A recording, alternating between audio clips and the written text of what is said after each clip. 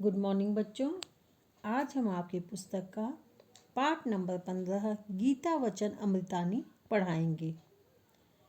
बच्चों, ये कुछ वचन दिए गए हैं जो श्री कृष्ण ने महाभारत के युद्ध के समय अर्जुन को समझाए थे। तो इसको ध्यान से देखिए। त्वम् आदिदेवः पुरुषः पुराणः त्वमस्य विश्वस्य परम निधानम् वेत्तासि वेद्यं च पदं च धाम त्वया ततं विश्वम अनंत रूप।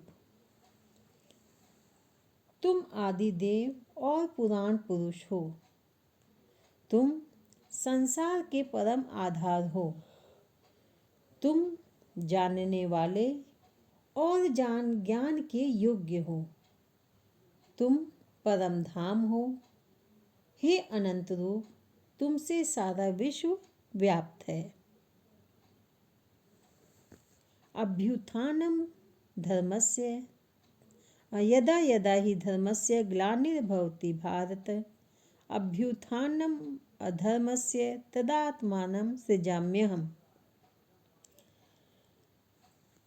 इसमें भगवान श्री कृष्ण ने कहा है, हे अर्जुन, जब जब धर्म की हानि होगी और अधर्म की वृद्धि होगी, तब तब मैं धर्म की स्थापना करने के लिए स्वयं ही प्रकट होऊंगा। परित्राणाय साधूनां विनाशाय च दुष्कृतां धर्म संस्थापनार्थाय संभवामि युगे युगे।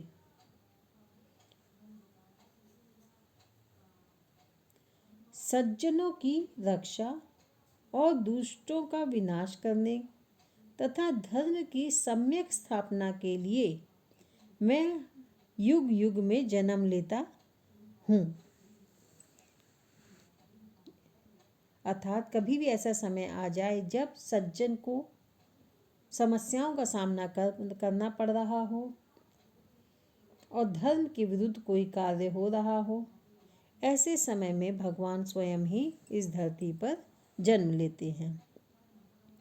सुख दुखे समे कृत्वा लाभालाभौ जया जयौ ततो युद्धाय युजस्व नैवं पापम वाप्यस्यसि।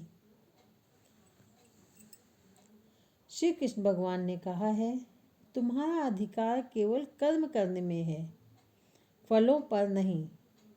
अतः तुम कर्मों के फल की चिंता मत करो और न ही तुम्हारा अकर्म में लगाव हो। अर्थात मनुष्य को केवल अपना कर्म करना चाहिए, उसको फल की इच्छा नहीं करनी चाहिए। वांसांसि जीर्णानि यथा विहाय नवानि गृह्णाति नरो अपराणि तथा शरीराणि विहाय जीर्णान्यानि संयाति नवानि देहि। हे अर्जुन, जिस प्रकार व्यक्ति अपने पुराने वस्त्रों को त्याग कर नए वस्त्र धारण करता है, ठीक उसी प्रकार यह आत्मा पुराने शरीर को त्याग कर अन्य नए शरीर को धारण करती है। इसलिए हमें कभी भी बहुत दुख नहीं महसूस करना चाहिए। अगला श्लोक देखिए बच्चों। नैनम छिन्दन्ति शस्त्राणि नैनम दहति पावकः न चैनम क्लेद्यांत अपि न शोष्यति मारुतः। हे अर्जुन, इस आत्मा को न तो शस्त्र काट सकते हैं और न ही आग जला सकती है, न जल इसको गीला कर सकता है और न ही वायु इसको सुखा सकती है। कर्मण्येवाधिकारस्ते मा फलेषु कदाचन मा कर्म फले हेतुर्भः मा ते संगो अस्त्वकर्मणि। हे अर्जुन,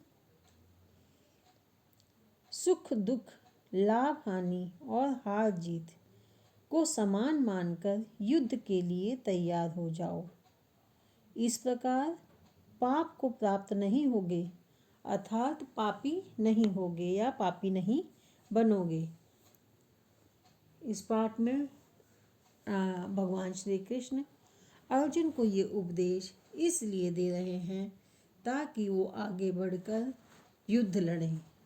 वे अपने सभी सम्मानजनों को सामने देखकर परेशानी महसूस कर रहे हैं। ऐसी स्थिति में भगवान श्री कृष्ण उनको समझा रहे हैं कि आपको युद्ध अवश्य ही करना चाहिए, क्योंकि ये आपका कर्म है, इससे आपको पीछे नहीं हटना चाहिए। तो बच्चों, अब आपको इन सारे श्लोकों का अर्थ अपनी कॉपीज़ में लिखना है। इसके सारे शब्दार्थ और अभ्यास कार्य और साथ में प्रश्नोत्तर जो भी पहले सब अपने से करने की कोशिश करिएगा, और नहीं आ पाएंगे या कोई समस्या हो तो साथ में इसके उत्तर मैंने सब लिख दिए हैं। इनको खूब बढ़िया से अपनी कॉपीज़ में अच्छे से कर लीजिएगा। और बच्चों, इसके साथ ही ये सब आप याद भी करते जाइए ताकि आगे आपको कोई समस्या ना हो। Thank you.